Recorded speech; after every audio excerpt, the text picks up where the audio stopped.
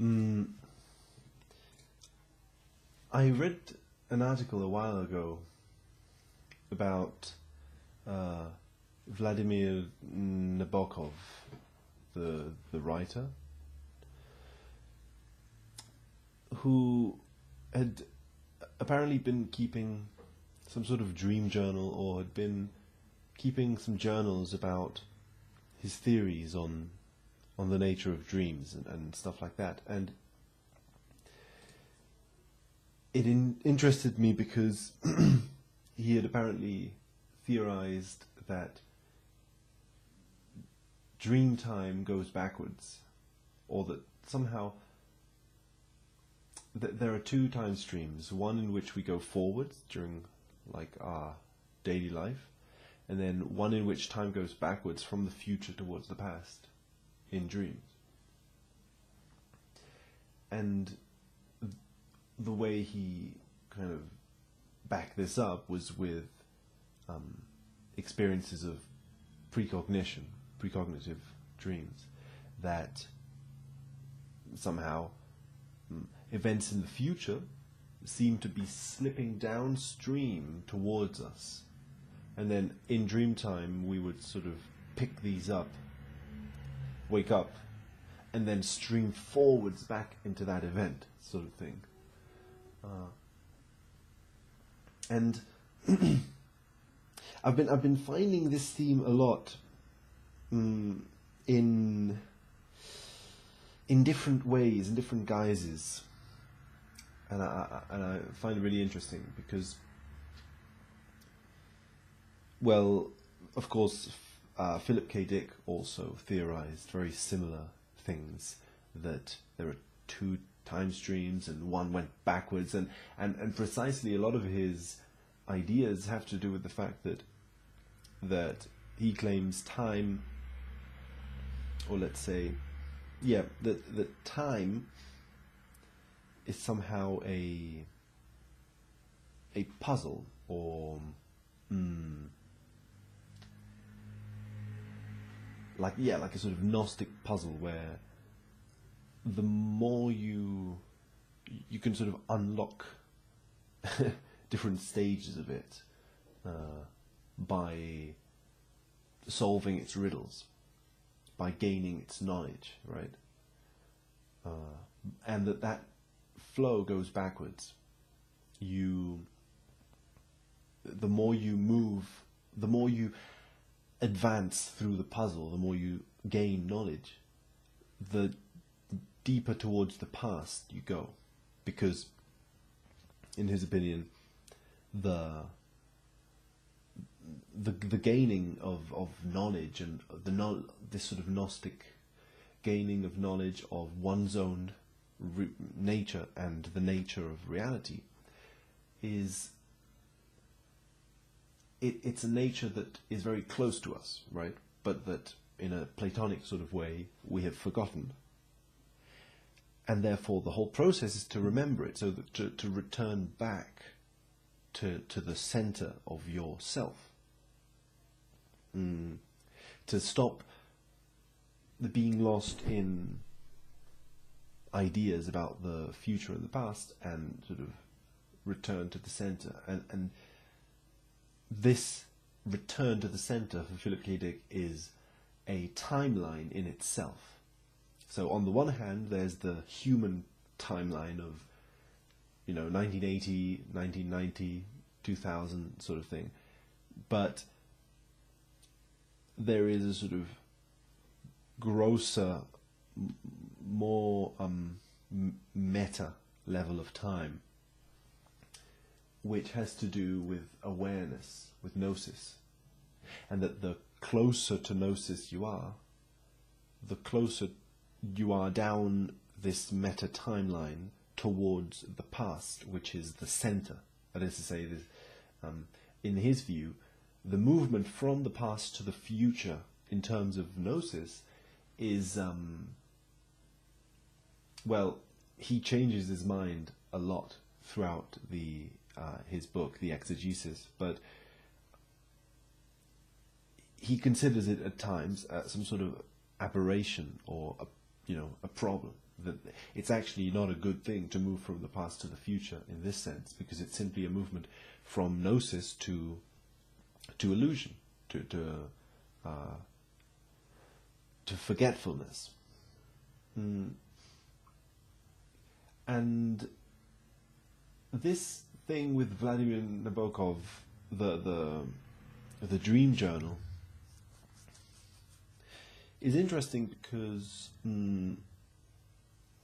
I found that a lot of mythical themes in dreams, in mythology itself, in art, right, in a lot of films and books, these sort of Jungian, like, mythological themes, the sort of the comparative mythology stuff,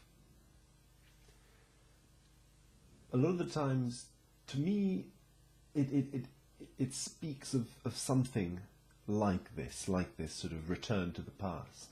I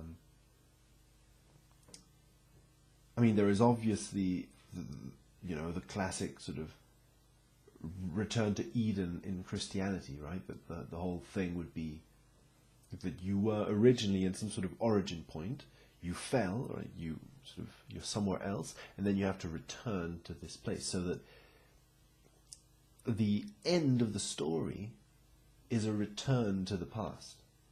In the hero myth, in many variations of the hero myth, you start off somewhere, then you go off on an adventure, and then you return, or you descend into the underworld, and then you return from the underworld, right?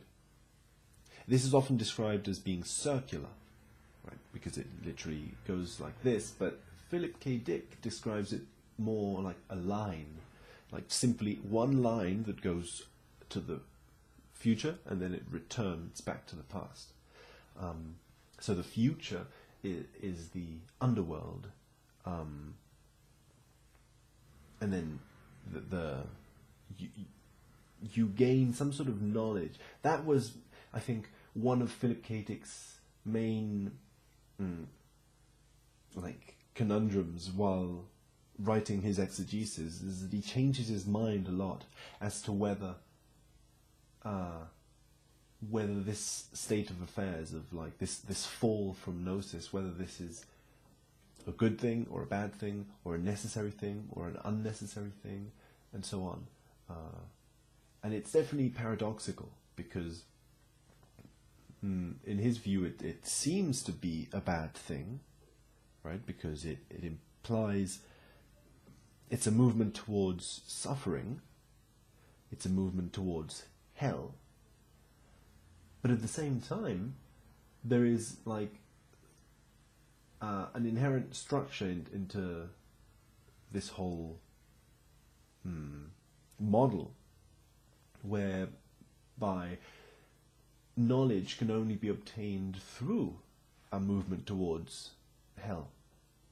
And again, this opens up a whole other thing for Philip K. Dick and for many other people about whether suffering is necessary or not, or what it means, and so on. I think it is complicated because it involves definitions and words that we take for granted and that maybe are more subtle than we think. Like suffering is a very big word, but I think it includes a lot of things within it that can be contextualized. But in any case, this sort of hero myth, there's this hero myth in many different mythologies about going somewhere and then returning. A lot of our story arcs, in general story writing, like what you learn in school, is sort of like that, right? The stories have an introduction and then there's like some sort of a conflict in the middle, and then it gets solved, and then that's the conclusion or the end of the story. And of course we we culturally interpret that to be a linear thing, that you start off and you encounter a problem, and then in the future you solve it. But when you contrast it with all these myths, it seems as if the nature of this solution involves a return home. There is something in the end of stories. If a story, a classic sort of like fairy tale sort of story, the peace that is achieved at the end is the same peace that we had at the beginning. It's not actually a new peace, but there is a difference. And it's that at the beginning, the conflict was latent. In, like Little Red Riding Hood or something, right? She leaves home, goes down into the woods, encounters this whole ordeal with the wolf and her grandmother, and then she returns home. In a sense, before going to the woods, the conflict was already there, especially in a like Jungian or Freudian, like psychoanalytic way. There, the kind of the powers at play that will evolve into conflict are already there at the beginning. So, yes, it's peaceful, it's home, but it's still not completely peaceful. There is something in the depths, and it needs to come out, because if it doesn't come out, well, it'll, like, in a sense, it's not, you can't really choose whether it comes out, right? That's the thing. This sort of descent into hell isn't like,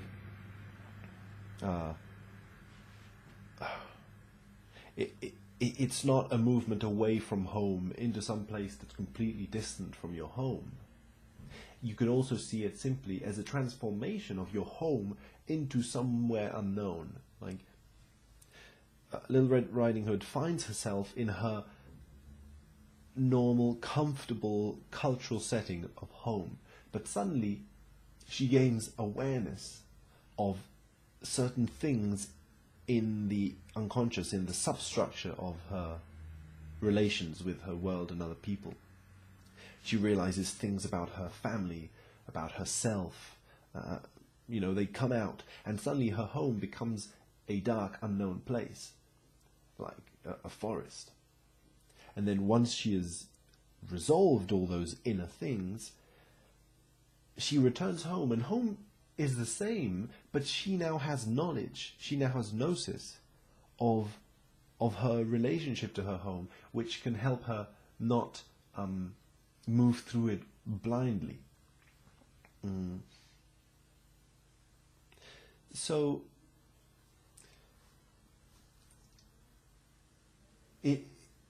there's this sort of model in Gnosticism, and here I'm specifically focusing on Philip K. Dick because of his timeline, but where Philip K. Dick considered it to be like there's the world as we know it, and it appears to be normal. It's the sort of the beginning of Little Red Riding Hood, right? It appears to be everything's okay. But somehow then some knowledge comes in which makes you realize that actually you're in some sort of a prison, what he called the Black Iron Prison, where suddenly you realize that what you thought was normal is actually full of suffering and limitations that you weren't aware of.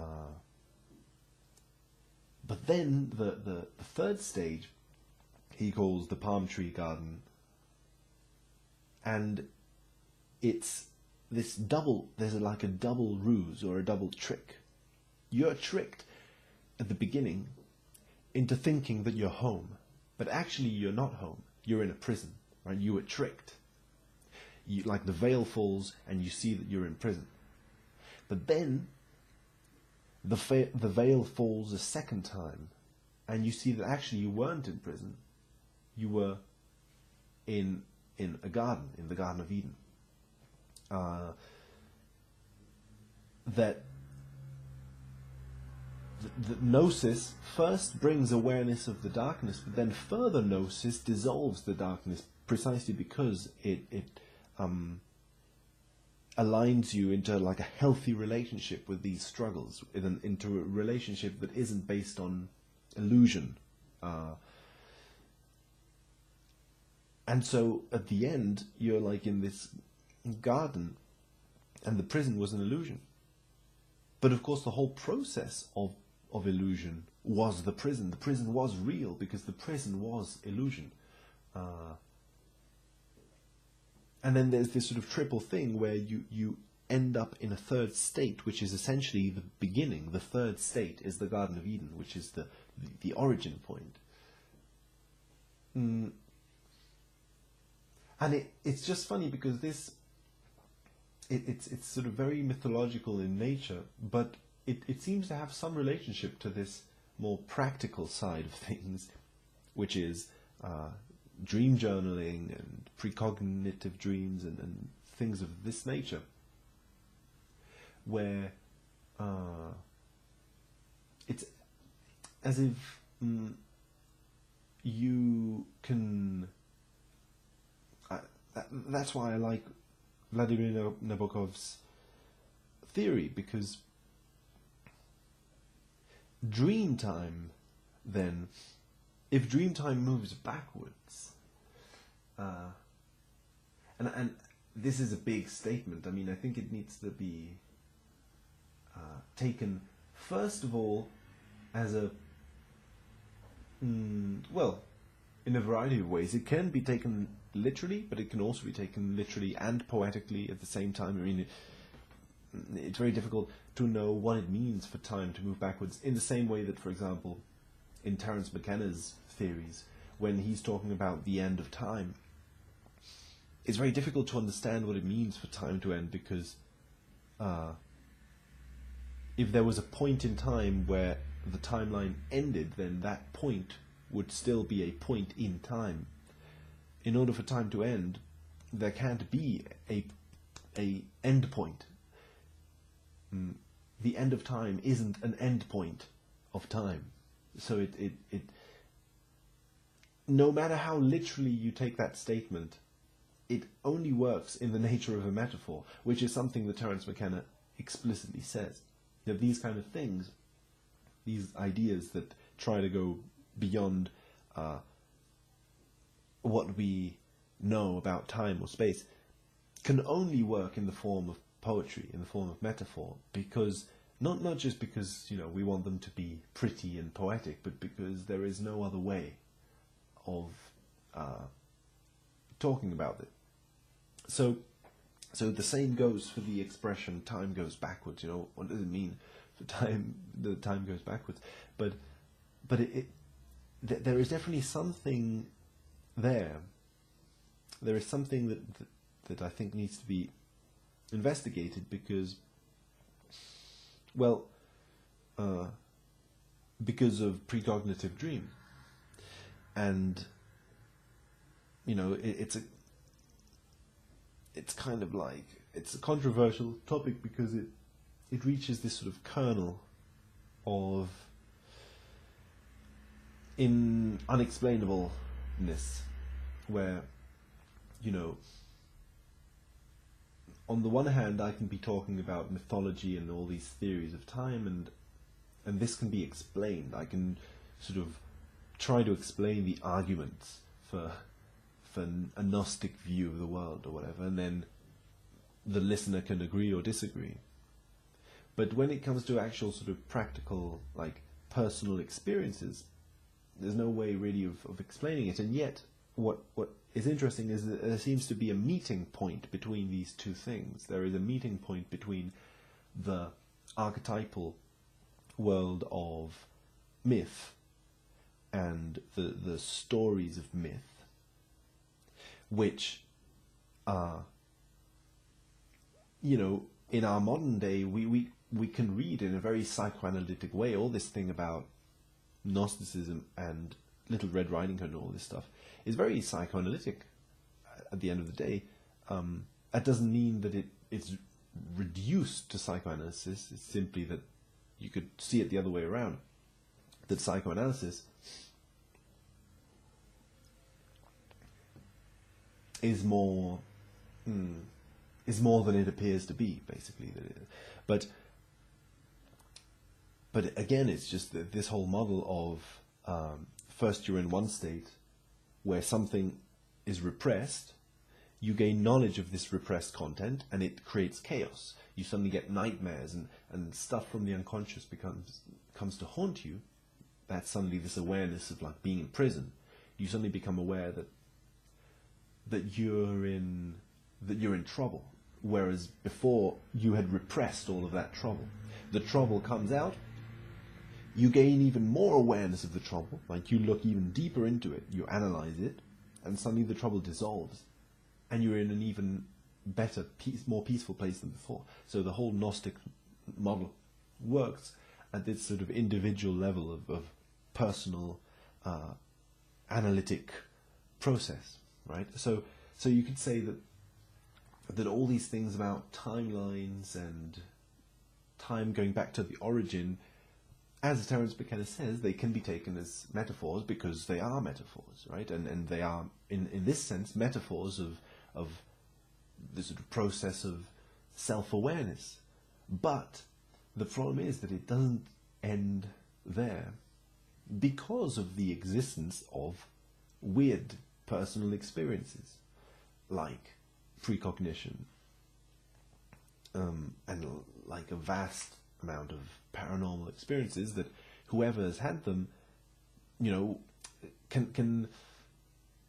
will find it hard to be satisfied with models that take it all just as a metaphor. And yet there is definitely a metaphorical element to it. So that's why it feels to me like there is a kernel of like union between these two theories, the mythological one and like the practical paranormal one, where